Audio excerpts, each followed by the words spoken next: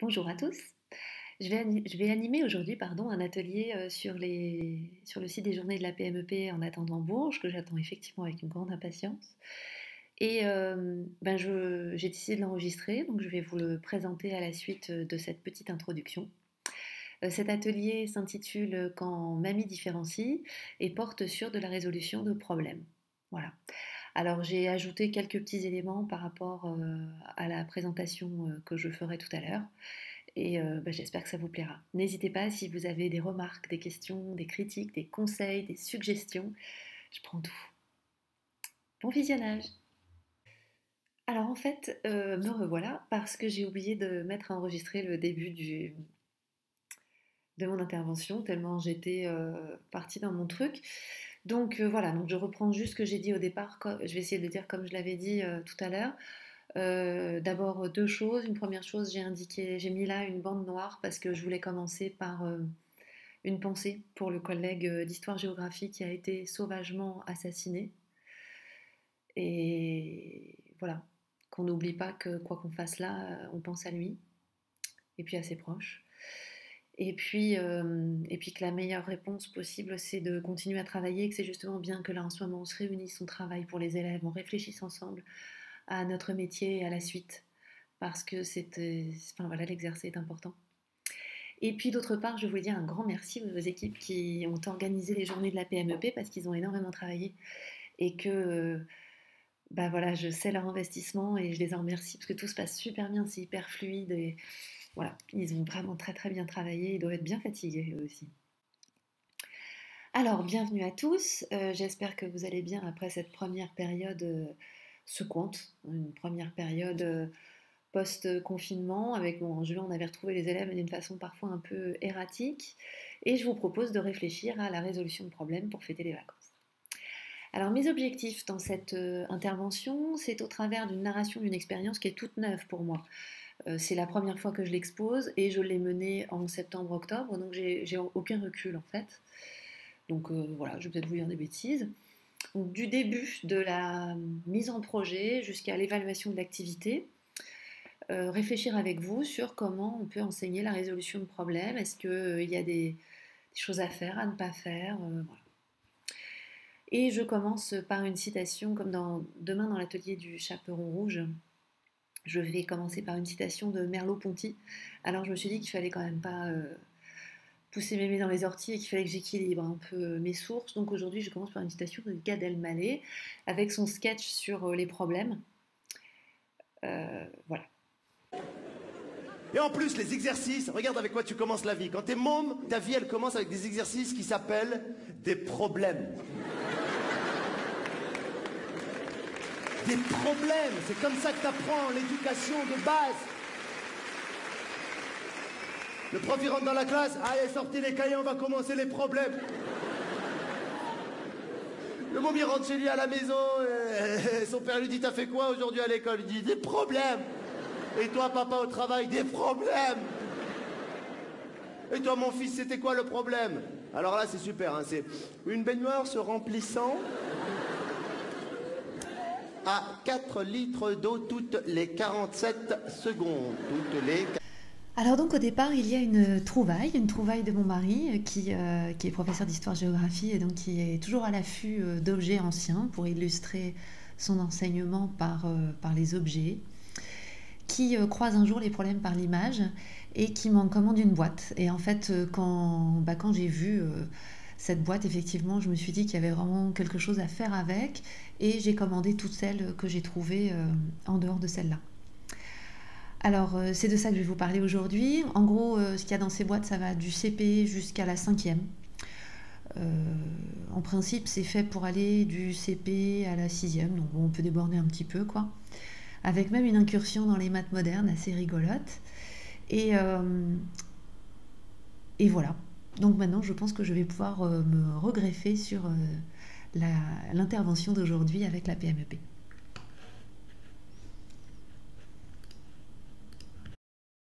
Vous déposer sur le site de la PMEP et puis aussi sur mon blog les problèmes par l'image, puisque c'est plus édité en fait, donc il n'y a pas tellement de soucis.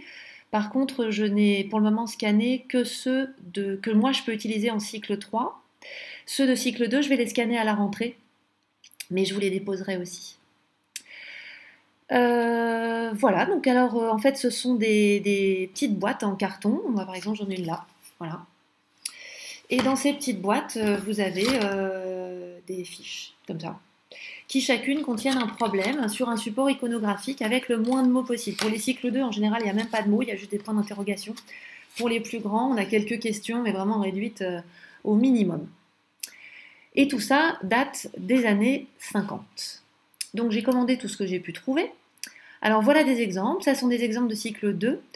À droite, vous avez une carte qui fait bosser les compléments, en fait, et puis à gauche, vous en avez une qui est définie par les concepteurs, qui ont ajouté en fait un petit papier au moment des maths modernes, comme étant utilisable sur les calculs dans différentes bases.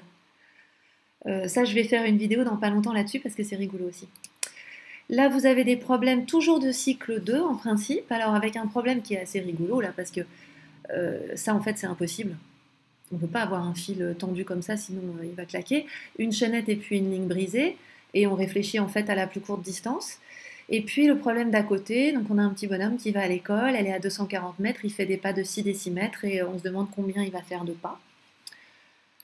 Voilà d'autres exemples. Sur celui de gauche, il s'agit de mesurer à la règle justement, pour déterminer les dimensions de la section et de déterminer son volume. Et là, ce qui est intéressant, c'est que les enfants, ils ont tendance à mesurer à la règle aussi la longueur du pavé droit.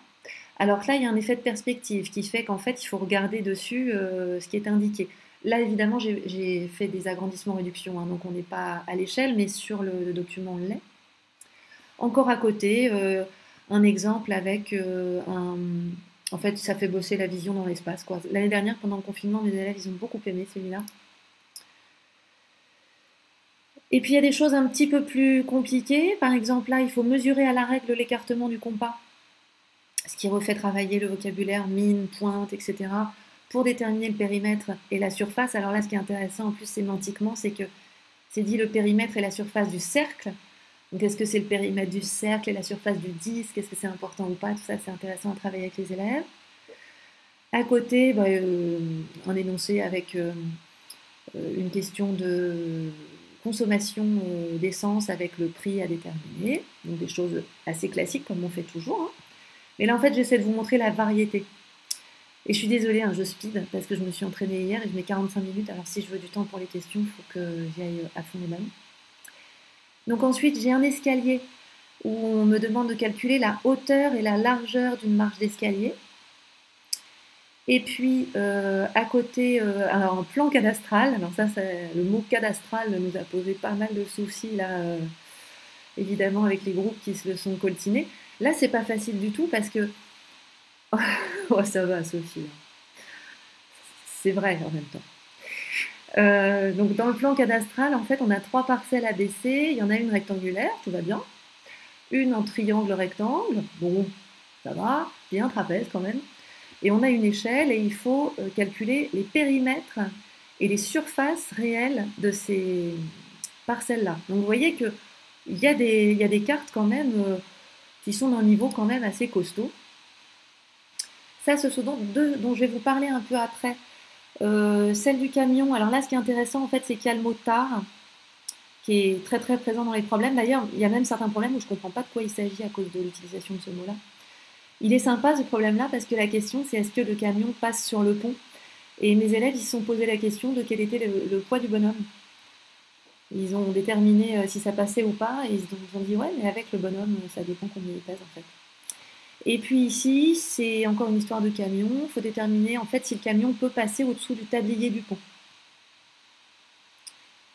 Voilà. Alors celui-là aussi je vais vous en parler, vous allez voir des productions. Donc là, il est très très intéressant ce problème-là. On a une petite fille qui va à l'école, sa maman lui fait un petit bisou avant de partir, et il y a une horloge. Alors là, je ne vous raconte pas la difficulté de mes élèves pour lire sur une horloge à aiguille, et où il y a seulement un 7, quoi. En plus, le 7, il est là pour aider, mais du coup, ça leur pose plein de questions. Et puis, j'ai un panneau avec marqué école 2,400 mètres. Alors là aussi, C'est super intéressant parce que ça permet de rediscuter de la façon dont, au travers du temps et de l'espace, on écrit les distances. Et les élèves se sont posé la question, est-ce que la petite fille, elle est à 2400 mètres de l'école, mais alors ils se sont dit, bah oui, mais le chemin, manifestement, il ne fait pas 2400 mètres vu la taille de la petite fille et de sa maman, ce qui est super comme réflexion. Et d'un autre côté, ils se sont dit, ouais, mais elle n'est pas non plus à 2 mètres 400, parce que sinon, d'abord, elle met grandement du temps, et puis là, le chemin, il paraît trop long. Donc vous voyez, là, en fait, c'est bourré d'implicites. Et donc, c'est super intéressant à étudier avec les élèves parce qu'un de mes objectifs, c'était de leur faire comprendre que de l'implicite, quoi qu'on fasse, il risque d'en rester au moins dans certaines tâches. Et donc, il faut réussir à s'inspirer de ce qu'on connaît, notre quotidien, nos connaissances, notre logique, pour le surmonter. À côté, un petit problème de fraction. Donc là, il faut mesurer et puis donner... Bon, c'est intéressant parce que du coup... ça fait passer à différentes représentations par nom du quart. Et puis là, donc là, ça tape un peu dur. Le problème qui est à gauche, en fait, pour moi, c'est plutôt un problème de cycle 4 parce que le volume de la borne, il y a quand même un demi-cylindre. Ça, normalement, c'est le programme cycle 4. Hein. Et puis à côté, je l'aime bien celui-là, même si, en fait, je pense qu'il n'est pas du tout crédible. Parce que le jardinier, donc, il utilise une corde pour voilà, dessiner son cercle et planter ses rosiers. Mais en fait, les élèves m'avaient fait remarquer l'année dernière que 30,8 cm, c'est pas assez pour espacer des rosiers. Et puis, on se demande combien ça va lui coûter.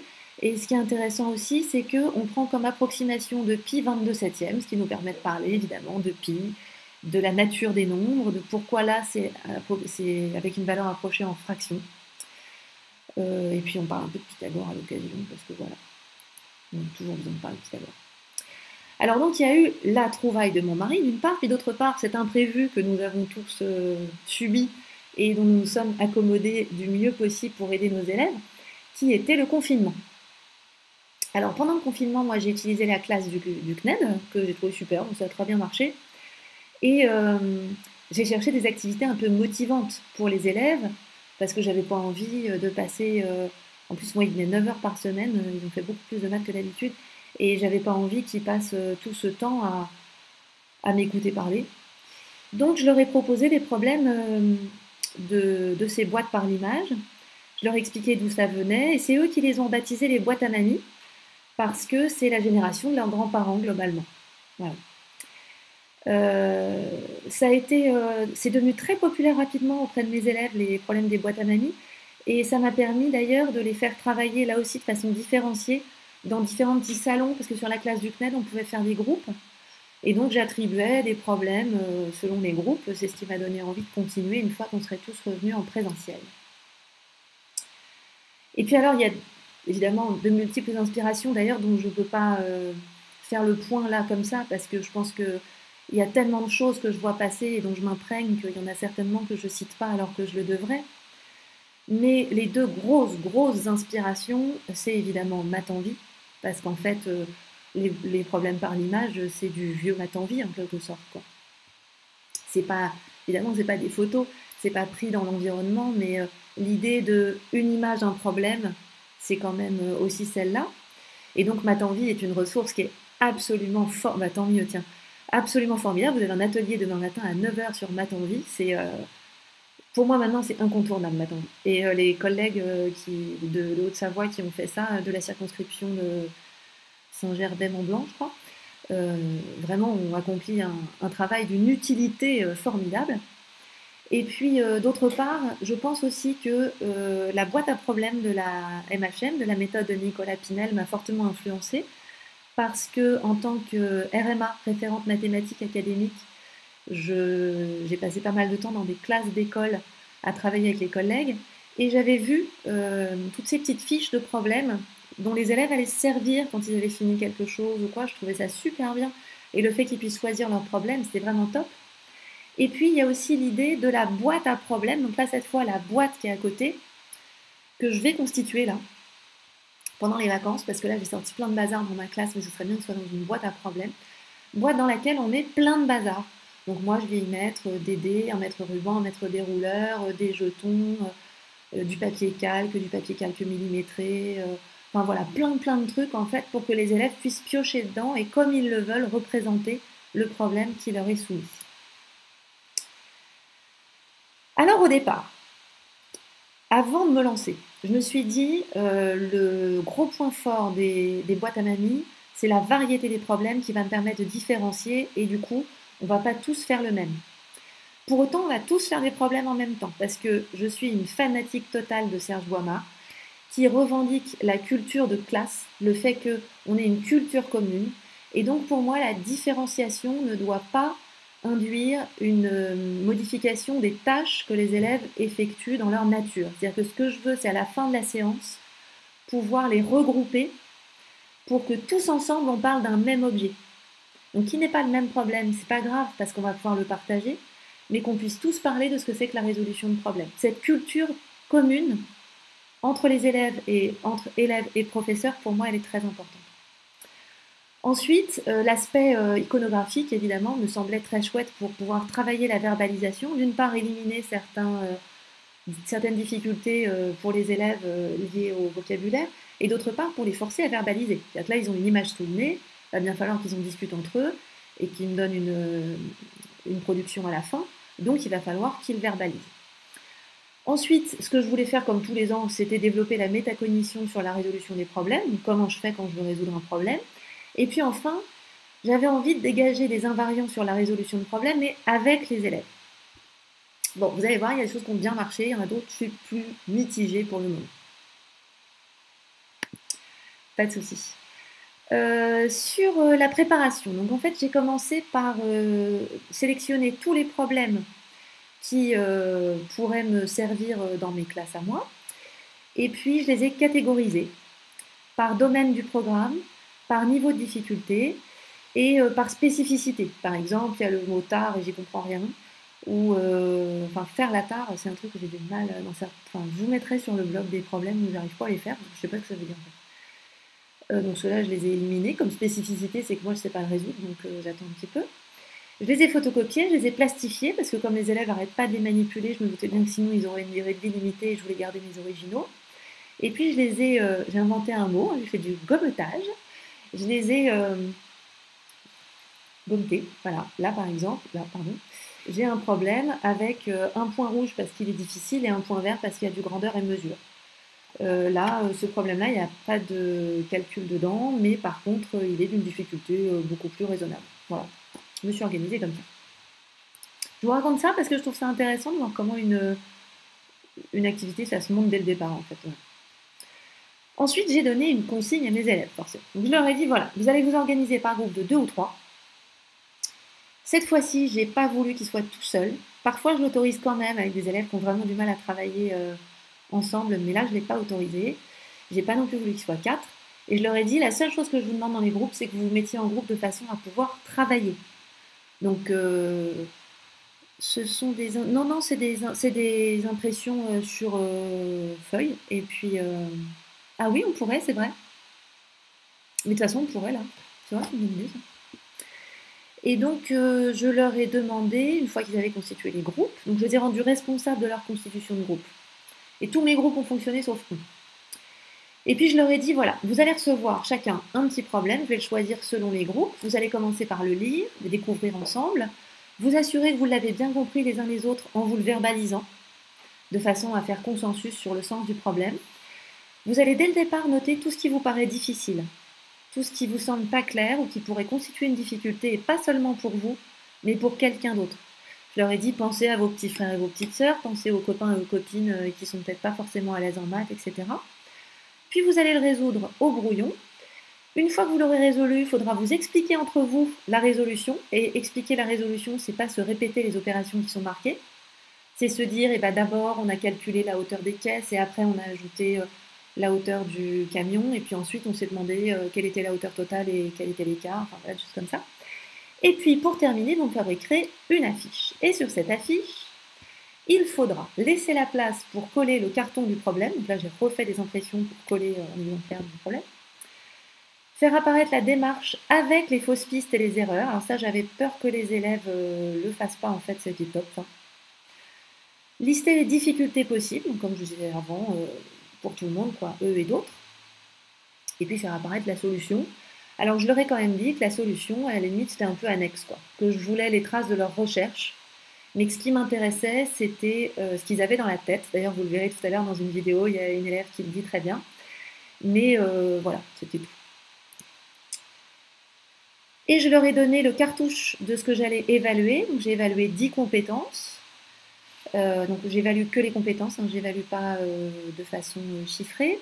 J'utilise sacoche, donc ça c'est un cartouche de sacoche. Donc il y avait ces 10 compétences-là, voilà, que j'ai évaluées pratiquement pour tout le monde. J'ai un groupe qui n'a pas réussi à résoudre, alors lui j'ai mis non évalué dans s'assurer la vraisemblance d'un résultat, parce que je ne pouvais pas le vérifier, quoi. Mais sinon pour à peu près tout le monde j'ai évalué tout ça. Alors ensuite on s'est mis au travail. Oui, sachez bien que c'est la masse à vide, mais dans deux problèmes, j'arrive pas à comprendre ce que ça veut dire. Mais je vous les montrerai. Donc j'ai choisi les problèmes en fonction de la composition des groupes, en étant extrêmement vigilante lorsque j'avais des Ulysse et des ITEP dans les groupes, parce que je voulais absolument qu'ils ne soient pas là passifs, mais que vraiment, sur le plan de la métacognition en particulier, ils soient complètement actifs. Donc du coup, dans ces groupes-là, j'ai expliqué aux autres élèves qu'ils avaient une responsabilité supplémentaire, qui était de ne pas se ruer sur le problème pour le résoudre avec une grande facilité et de claironner que ouf ouf ouf comme c'est facile, que ce qu'il fallait, c'était aussi qu'ils s'aident les uns les autres pour permettre à leurs camarades de pouvoir réfléchir à comment on résout un problème. Ils ont vraiment été bienveillants sur ce plan-là. Je leur avais aussi dit d'ailleurs que j'avais besoin de leur production pour cet atelier d'aujourd'hui. Et que, parce que j'étais un peu charrette quand même, hein, et que j'allais me servir de tout ce qu'ils allaient dire, faire, que pour moi c'est du matériau qui allait me faire réfléchir et faire réfléchir mes collègues, ce qui motive quand même pas mal les élèves. Et puis ce jour-là, il y avait 2 élèves de 5e qui étaient exclus pendant 2 jours, et je les ai pris dans ma classe sur ces heures-là pour les intégrer au groupe. Et en fait, ils ont pu participer pour soutenir en fait certains groupes, puis eux-mêmes apprendre des choses.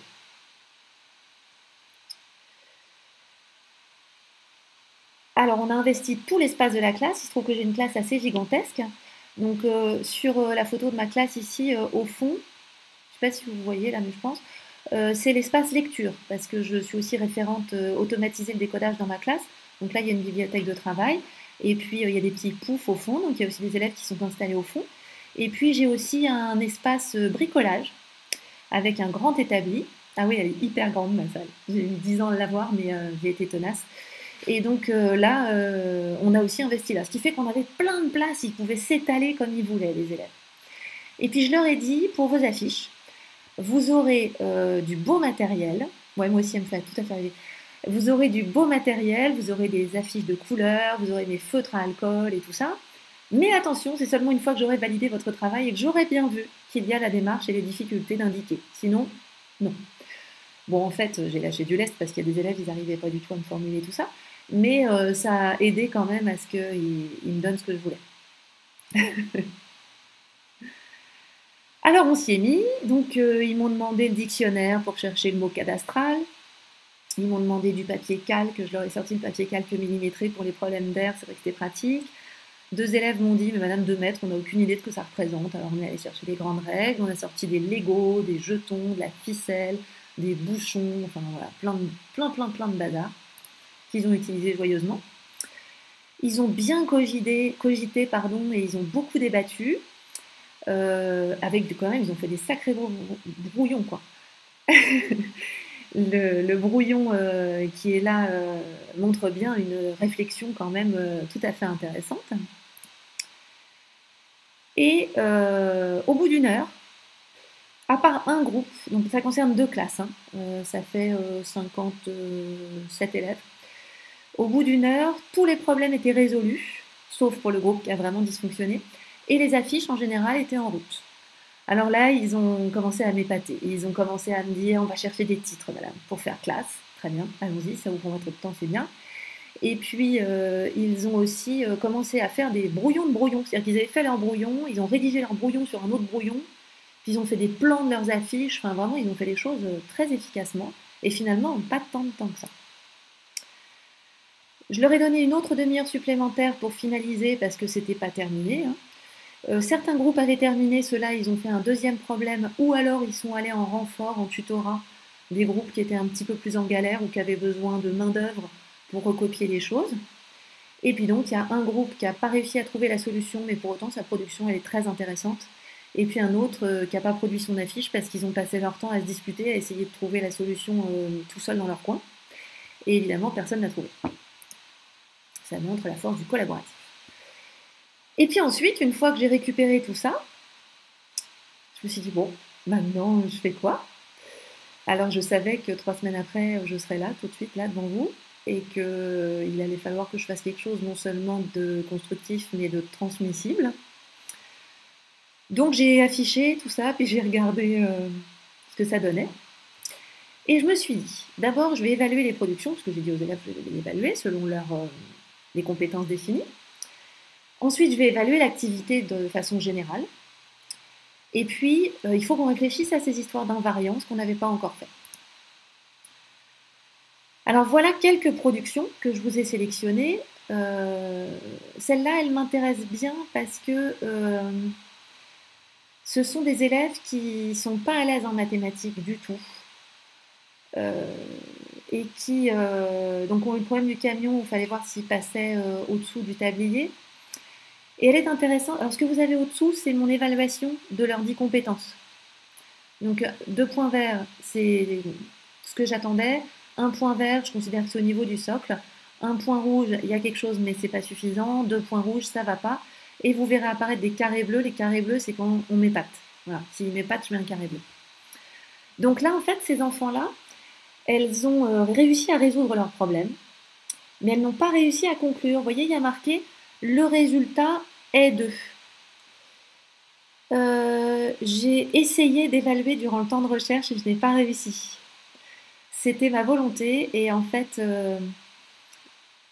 il y avait tellement de choses à regarder que j'ai pas réussi. Mais peut-être que la prochaine fois, j'y arriverai parce que j'ai déjà fait l'activité une fois maintenant. D'habitude, c'est ce que je fais. Et là, j'ai pas réussi. Un cours de 55 minutes, plus on a repris 35 minutes sur un autre cours.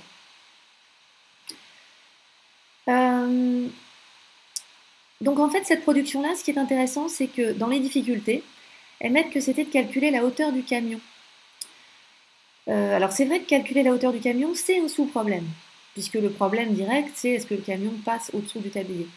Mais c'est pas ce que j'attendais comme genre de difficulté. J'attendais des difficultés, plus des obstacles épistémologiques ou des obstacles didactiques. Et puis ce qui est intéressant aussi, je vous le disais, c'est que là, en fait, elles ont fait des calculs qui correspondent à des choses tout à fait sensées, et dedans d'ailleurs, il y a la solution, mais elles n'ont pas su conclure.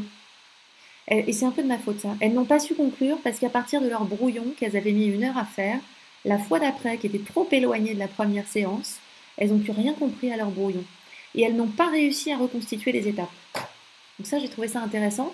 Ça montre que ces élèves, elles ont vraiment fait quelque chose de bien. Elles sont allées au-delà d'ailleurs de ce qu'elles avaient fait jusque-là. Mais leurs difficultés font qu'elles ont eu du mal à faire ce petit pas de côté. Cette affiche-là, alors j'en suis absolument fan parce qu'elle est bien crado. Et donc quand les élèves la regardent, elle fait partie de celles que j'ai observées avec eux ensuite en synthèse, ils me disent « Oh là là, elle est pas bien cette affiche, c'est moche, le problème il est de travers, il y a des ratures et tout ça. » Sauf qu'en fait, vous voyez à côté que c'est super bien évalué. Et ça m'a permis de leur expliquer que l'exercice des mathématiques, il peut être salissant. Quand on cherche, on rature, on se plante, on se trompe, on recommence, c'est pas grave. Alors c'est vrai que pour une affiche qui est une trace écrite, ça aurait été mieux que ce soit joli. Mais ce qui compte pour moi, c'est avant tout ce qu'il y a dedans. Et là, les 3 enfants qui ont produit ça, en fait, on a pour le coup, on fait la tare. On a une caisse vide et ensuite on la remplit et on ne sait pas de combien de boîtes, il faut trouver le nombre de boîtes. Et il n'y a pas l'unité indiquée sur les balances. Et donc, ils ont écrit, sur les 2 grosses balances, nous n'avons pas de unité. Nous avons cru que sur les 2 grosses balances, que c'était des grammes. Mais nous avons vu que les boîtes étaient dans les kilos. Donc, nous savons maintenant que les grosses balances sont dans les kilos. Bon, ça, c'est exactement le genre de choses que je cherchais. C'est-à-dire que là, voilà, des élèves qui, là aussi, sont plutôt en difficulté et m'ont fourni quelque chose que j'ai trouvé vraiment très très bien. Et du coup, ils étaient hyper fiers parce que je les ai valorisés. Une autre affiche, qui est super, là c'est celle de l'écolière. Là, ce qui m'a particulièrement intéressée, c'est que les élèves m'ont dit Nous avons fait 2400 divisé par 820 car nous pensions que 820 était égal à 8h20. Mais nous avions faux. Et puis un peu plus tard, ils expriment qu'ils ont cru en fait, alors ils disent qu'elle parcourait 2400 mètres à 60 km. En fait, ce qu'ils veulent dire, c'est 60 km par heure. Et nous nous sommes dit que c'était pas possible. Bon, en fait, ils sont venus me voir quand même pour savoir à quelle allure une personne pouvait marcher. Et nous nous sommes dit qu'elle faisait 60 mètres par minute. Et donc ensuite, ils expliquent ce qu'ils ont fait. Ici, une production qui est impec. Voilà, tout est nickel. Il n'y a rien d'absolument ébouriffant, mais tout est très bien. Et en plus, c'est vraiment bien mis en place. Et cette affiche-là, elle a permis à 2 autres groupes qui avaient loupé ce problème-là de comprendre où ils s'étaient trompés. Donc, je la considère comme vraiment super efficace, puisqu'elle a permis de remédier. Alors celle-là, c'est toujours le problème de l'écolière. C'est juste je vous en montre juste une partie, parce qu'en fait, c'est une affiche sur 3 à 3. Parce que j'ai des élèves au bout d'un moment qui m'ont dit ouais, mais moi, je n'ai pas assez de place, il m'en faut encore. Donc, ils m'ont fait des petits montages. Et là, par exemple, ces élèves-là écrivent « Les horloges ne sont pas très bien détaillées ». C'est écrit 2,400 mètres, on aurait pu croire que c'est 2,400 mètres. Et il faut aussi croire que le petit chemin est 2400 mètres. Et j'aime bien le terme de « croire ». C'est-à-dire qu'en fait, effectivement, ça leur a posé un problème d'accepter que le petit chemin, comme ils disent, mesure en fait 2400 mètres et que le dessin soit un dessin d'étude. Ce qui, dans ces problèmes, n'est jamais dit. Et puis voilà un autre genre de difficulté, il n'y a pas écrit d'unité. En CM2, nous n'avons pas appris ce genre de division, ou c'est la table de 13, que nous ne connaissons pas encore. Oui, elle est enregistrée, je l'enregistre. Et puis j'ai eu des petites perles quand même. Alors dans les titres, j'ai eu l'enclos à 2 francs, c'est rigolo, parce que l'expression à 2 francs, c'est pas tout à fait la génération des élèves quand même. L'enfer du périmètre. C'est vrai qu'il est difficile celui-là. Et puis des ressentis. L'exercice est plutôt simple, mais quand vous pensez avoir fini, il vous reste encore des choses à faire. Mais ça vous arrive tout le temps. C'est-à-dire que là, en fait, c'est des élèves, ils ont commencé, ils m'ont dit, ça y est, on a fini. Je leur ai dit, non, regarde, t'es pas allé au bout, quoi. Et du coup, ils ont recommencé, puis ils m'ont rappelé, ouais, c'est bien ce que vous allez faire. Mais c'est un début, en fait. Et donc, voilà, du coup, ça leur a évoqué cette remarque. Un petit groupe de 2 cocottes dans lequel il y a une élève dyscalculique qui jusqu'ici était malheureuse dans ma classe. Et j'ai vraiment du mal à supporter que des élèves soient malheureux dans ma classe. Qui là a, elle, compris le problème du camion, celui qui doit passer sous le pont, alors que sa camarade ne comprenait pas du tout l'enjeu du problème ni les données, mais par contre savait calculer. Et ces 2 élèves, en collaborant, non seulement elles ont réussi, mais elles ont résolu un 2e problème. Et du coup, à la fin de l'affiche, elles ont mis « Et maintenant la danse de la victoire » avec un petit smiley. Et depuis, cette élève, elle se comporte très différemment dans ma classe. Elle m'a fait des dessins, elle lève la main, elle participe mieux. Donc voilà, pour moi, c'est une victoire. Là, on vous la fait partager. Et puis au-dessous, des élèves qui ont donné des conseils aux autres. Si tu ne connais pas la différence entre l'air et le périmètre, tu es très mal. Ce que je trouve très vrai. Voilà. Ensuite, alors les points positifs. Ils se sont tous engagés. Alors, excepté un groupe, c'est un peu exagéré ça. Quand je l'ai écrit, je le pensais, mais c'est pas qu'ils se sont pas investis, c'est qu'ils se sont investis tous dans leur coin et qu'ils ont juste pensé à se bouffer le nez. Ils ont tous réfléchi, même des élèves effectivement qui sont en difficulté. Donc du coup, le principe de dévolution, là pour moi c'est vraiment une réussite. Ils sont vraiment rentrés en activité mathématique et pour eux-mêmes. Ils ont décidé de rentrer en activité mathématique.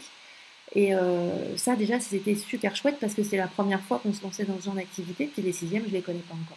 Je ne les connaissais pas encore. Ensuite, le fait d'imposer une analyse des activités et tout ça, je pense que ça a permis quand même une vraie réflexion méta que certains élèves n'ont pas pu avoir parce qu'ils n'en ont pas encore la possibilité, parce qu'ils sont encore... ils ont encore besoin de trop d'énergie intellectuelle en fait, et cognitive pour résoudre le problème, donc ils ne peuvent pas faire le pas de côté, comme la première production que je vous montrais. Mais quand même, pour la plupart, je trouve que ça a été bien atteint. En termes donc, de méthodologie, de métacognition et de verbalisation, là, on était bien. J'ai trouvé qu'on avait pas mal bossé. D'avoir des traces affichables en grand format, c'était chouette parce que du coup, j'ai pu les afficher. Donc j'en ai sélectionné 6 avec les élèves, je les ai affichés au tableau. Je leur ai demandé de venir s'asseoir par terre ou sur les chaises, vraiment tout près du tableau, et on les a commentés ensemble. Et surtout, je leur ai montré pourquoi j'avais évalué comme j'avais évalué. Par exemple, celle de l'élève où c'était un petit peu crado, pourquoi est-ce qu'il a de si bonnes évaluations, y compris un carré bleu, ce qui pourrait quand même le graal de l'évaluation. Parce que le fait que ce soit crado, là, c'est pas grave. Je ne demandais pas un chef-d'œuvre, je demandais d'avoir réfléchi. Et là, ces élèves, ils ont réfléchi, ils se sont lancés, ils ont osé le faire. Et c'est pas facile d'exposer sa réflexion à un adulte, à un professeur. Ça nécessite une certaine dose de courage et de confiance aussi. On est encore en début d'année. Voilà, je voulais vraiment leur rendre hommage à cela. On a pu institutionnaliser comme ça des conclusions, remédier et puis à nouveau verbaliser en échangeant, en reformulant, reformulant et tout ça. Il y a quand même des choses que je changerais. D'abord, je m'interroge s'il ne faudrait pas que je choisisse des problèmes plus simples. Là, il y a des groupes où j'avais repéré que les élèves carburaient bien, auxquels j'ai donné des problèmes assez difficiles comme celui avec les 3 parcelles, par exemple, qui est vraiment, vraiment chaud. Et je ne sais pas si j'ai eu raison, parce que le fait de donner des problèmes qui, alors quand même, qui résistent, il faut quand même qu'il y ait un enjeu intellectuel, mais il faut qu'ils puissent se poser des questions. Il faut qu'ils puissent faire justement ce pas de côté. Donc ça, je m'interroge. Je ne sais pas encore. Ensuite, ce qui est vraiment ressorti de la vidéo et de mes entretiens avec les élèves, que je vais vous montrer après, parce que j'ai mené 2 heures d'entretien avec les élèves, j'en ai fait une petite vidéo pour vous tout à l'heure, c'est d'essayer d'être vigilant sur l'utilitarisme de la recherche de la bonne opération, puisque résoudre un problème, en fait, c'est chercher quelle opération il faut faire. Ce qui veut dire 2 choses, c'est que d'une part, sur le plan de la métacognition, je ne suis pas arrivée exactement à ce que je voulais, et ce qui veut dire aussi qu'il faut que je leur propose des problèmes qui ne sont pas des problèmes numériques. Voilà. Et puis j'essaierai d'avoir une planification plus serrée parce que, je vous l'ai dit tout à l'heure, il y a certains élèves, c'était compliqué pour eux de se souvenir de ce qu'ils avaient fait quelques heures avant, parce qu'en fait on a fait cette séance-là un vendredi et on a dû y revenir le jeudi d'après. Et ça c'est pas bien. La prochaine fois je resserrerai parce que pour eux, pour certains ça donne une difficulté. Et encore, j'avais veillé à tout garder évidemment des documents, parce que sinon j'imagine, il y en aurait qui m'auraient dit que c'était parti, ils ne savaient pas où c'était. Donc manifestement une séance ça suffit pas, mais de toute façon ils m'ont réclamé déjà d'autres problèmes de la boîte à mamie, donc on va en refaire. Et puis ils m'ont proposé quelque chose, ils m'ont dit Madame, est-ce qu'on pourrait nous choisir les problèmes? Et on vous mettrait sur la fiche pourquoi on les choisit, et ensuite on vous mettrait sur la fiche une fois qu'on a fini, si notre problème il a tenu ses engagements en quelque sorte, enfin, si notre façon de voir elle était cohérente ou pas. Par rapport à notre choix initial. Donc j'aime bien cette idée-là, je pense que je vais faire ça. Tout en effectuant un choix au départ, parce que moi derrière, il y a évidemment des notions que je travaille, précises quoi. Donc on a restitué tous ensemble, et moi j'attendais des invariants du style lire activement la consigne, la représenter dans sa tête, la représenter sur la feuille, dessiner, reformuler, etc. J'attendais d'écrire la démarche de résolution sans les calculs comme je vous décrivais tout au début, et là, bon, bof. Et puis s'interroger sur la cohérence du résultat, mais ça en fait ils le font tout seuls, ce qui m'a surprise parce que je ne suis pas trop habituée à ça. Donc voilà, là on est en classe avec un masque que m'a fabriqué une collègue et dont je suis extrêmement fière. Et là donc j'ai affiché mes petites productions et puis on a tout commenté. Ça nous a pris une bonne demi-heure, je dirais. Alors après débat, les invariants qu'ils m'ont cités, c'est lire en essayant de comprendre sans penser à autre chose et sans papoter avec notre voisin. Ou sans rigoler avec notre voisin, c'est tout ce qu'ils m'ont dit. Chercher à réfléchir, mais pour de vrai, hein, parce que réfléchir pour de faux, c'est pas du jeu. Et puis, ne pas aller trop vite et ne pas stresser.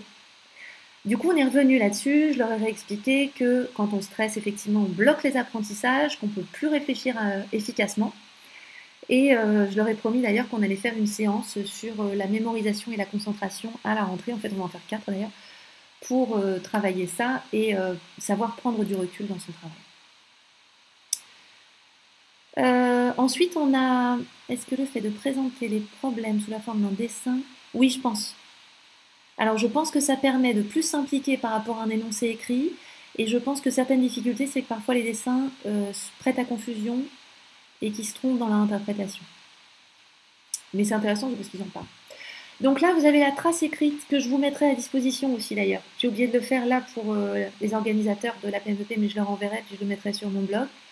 Ça ensuite, en fait, sur la semaine, on l'a lu en 4 fois pour essayer de dégager justement des invariants tous ensemble. Et alors pour conclure, utiliser là j'ai repris ce que j'avais mis au départ, c'était mes espoirs au départ. Utiliser la variété des problèmes pour différencier, oui, ça marche. S'appuyer sur l'image pour travailler la verbalisation, bah justement aussi, et c'est pour ça Olivier que je trouve que le support dessin permet davantage de verbalisation en fait, et probablement plus de dévolution aussi. Développer la métacognition, et bah ça dépend, je vais vous montrer une petite vidéo. Et dégager les invariants de la résolution de problèmes, ça dépend aussi, puisqu'ils sont hyper accros à trouver la bonne opération.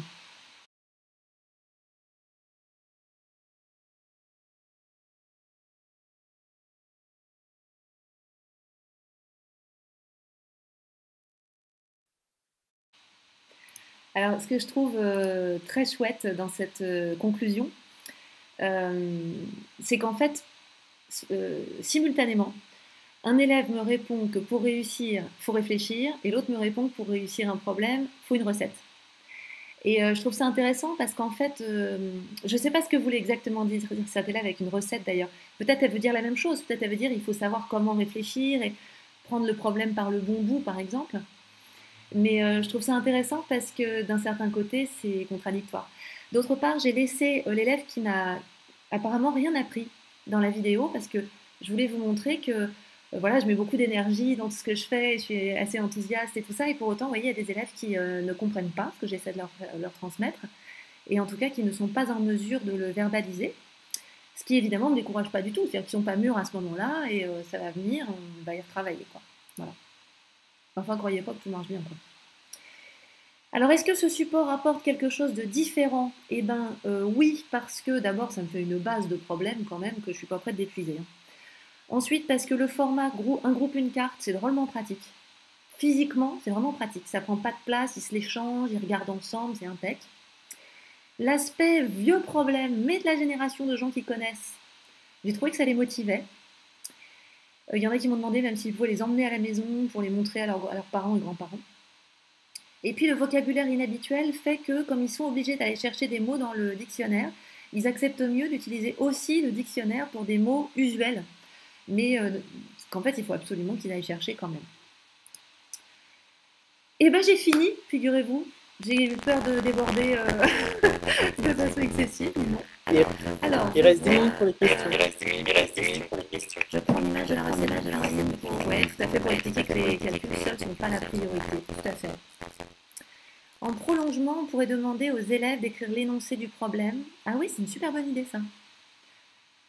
Ah oui, c'est une super bonne idée, je vais le faire, ça. C'est super comme truc, ça. Alors ça, en plus, je me dis, dans ce cas-là, je pourrais le faire, parce qu'à la rentrée, je vais aussi aller faire ça en cycle 2.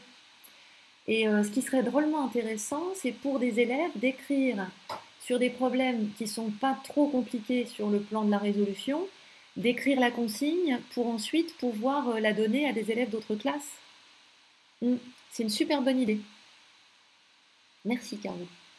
Je vais faire ça. Est-ce que vous avez des questions? J'espère que je ne vous ai pas saoulé, puis que je vous ai intéressé, que je ne suis pas allée trop vite et tout ça. Voilà. Merci, c'est gentil. En même temps, ceux qui trouvent pas ça bien, ils vont pas me le dire. Hein. Donc, ils ont tort, ils devraient.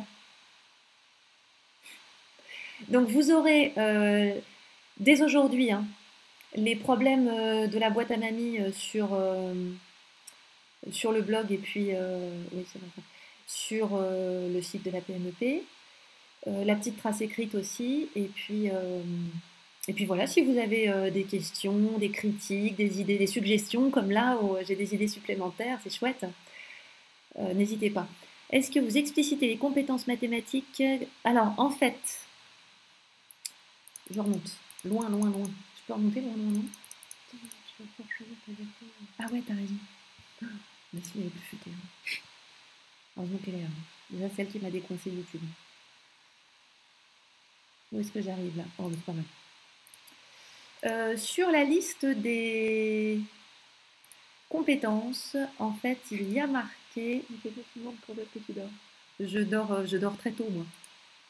Je dors beaucoup et tôt. Mais je me lève tôt aussi, ça me laisse du temps pour travailler. Et je fais que ça parce que mon plus beau loisir, à part évidemment m'occuper des gens que j'aime, c'est mon travail. Là, en fait, sur les compétences du début, vous avez indiqué à quelles compétences du référentiel mathématique ça se réfère, avec chercher, modéliser, représenter, raisonner, calculer, communiquer, sachant que tout ça, je l'ai explicité aux élèves en début d'année. Je leur ai présenté les 6 compétences, je leur ai présenté mon référentiel et je leur ai expliqué comment j'évalue. Il y a même des moments où on évalue ensemble pour qu'ils comprennent vraiment ce que j'attends, parce que je pense qu'en termes de métacognition, justement, c'est super important pour bien faire son métier d'élève, même si je ne suis pas super fan de l'expression. Encore faut-il savoir ce qu'on attend de nous. Ouais, surtout sans opération, je suis d'accord. Ouais, j'ai des super assistants. D'une fidélité indéfectible. Une suggestion. Dire un mot sur les problèmes utiles. Ouais. Et je l'aurais bien fait, mais j'avais que 1 heure. Déjà, c'est une belle performance que j'ai réussi à tenir le temps.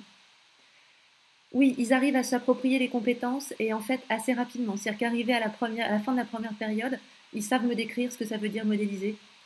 Et ils sont même capables, dans une évaluation, mais c'est parce que je travaille ça avec eux tout le temps, hein, me dire, eux, ce qu'ils évalueraient et pourquoi.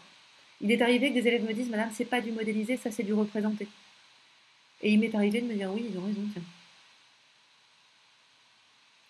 Le lien où se situent les problèmes que j'ai présentés, eh ben, en fait, c'est un document. Et ça, c'est... je ne sais plus si c'est Sophie ou Sébastien qui s'occupe de tout ça. Là. Mais vous allez les avoir. Ça va être les deux. Pédagogie explicite, oui. Je suis à fond dans l'explicite. En fait, je suis à fond dans l'explicite pour apprendre aux enfants à détecter l'implicite et à le maîtriser. C'est-à-dire que je ne suis pas pour éliminer tout l'implicite, parce que de l'implicite, il y en a forcément dans les problèmes de la vie courante. Mais il n'y a qu'à regarder un plan Ikea, d'ailleurs, pour s'en rendre compte. Mais par contre, je suis pour expliciter qu'il y a de l'implicite et donc aller le chercher. Et expliciter, littéralement, c'est déplier, c'est enlever l'ombre. Donc ça, j'essaie vraiment d'enlever l'ombre.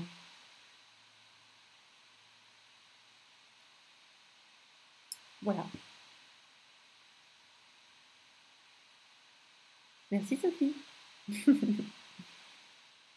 Alors donc pour le premier degré, hein, ne vous inquiétez pas, les problèmes de cycle 2, ils arrivent. C'est juste que je peux le faire qu'au collège parce que ça va plus vite à scanner et tout ça. On pourrait demander à un groupe de trouver les étapes sans faire les calculs. Ah ouais, super bonne idée Richard. On pourrait demander à un groupe de trouver les étapes sans faire les calculs pour que les étapes de calcul soient séparées et données à d'autres groupes qui ne connaissent pas le problème de départ.